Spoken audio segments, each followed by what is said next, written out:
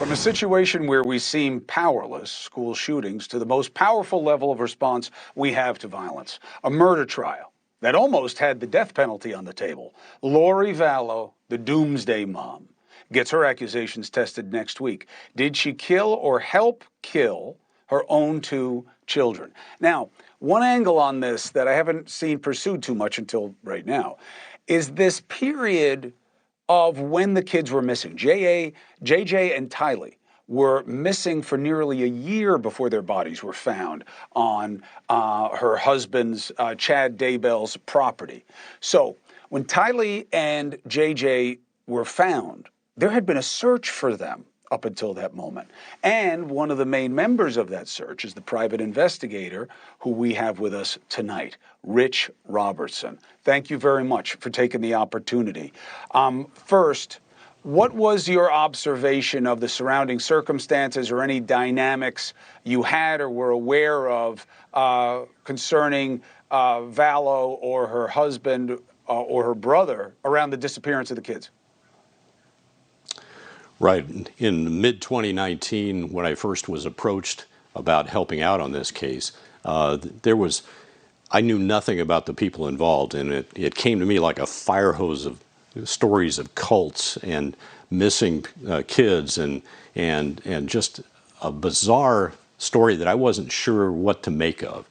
And so when I first got going on this, it was hard to piece together. It was a complicated story of people. But at that point, we knew that Lori Vallow's husband, Charles, was already dead, and there had been a drive-by shooting, and the kids were missing, but no one was really that concerned at that point. But it was after I got involved that the bodies actually started dropping, and it was a scary time. It is bizarre when a mother seems to be a bit evasive about the location of her own children and asking people to lie about them. That alone can be damning facts, no? Oh yeah, I'm sure that the prosecution in this case is going to be all over that.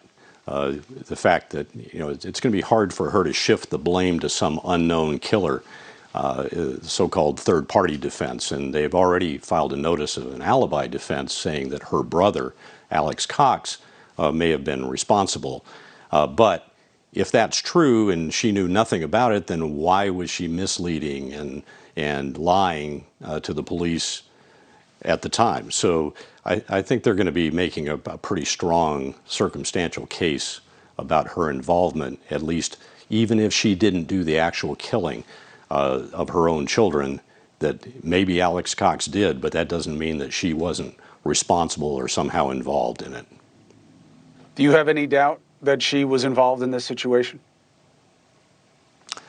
I don't personally. No, I think she was. The interesting one that everybody kind of forgets about is that there's another charge in this, and that's the death of Chad Daybell's wife, Tammy, who died in her sleep right around that same time. So all of this was happening simultaneously when she died, and then suddenly Chad and Lori are together.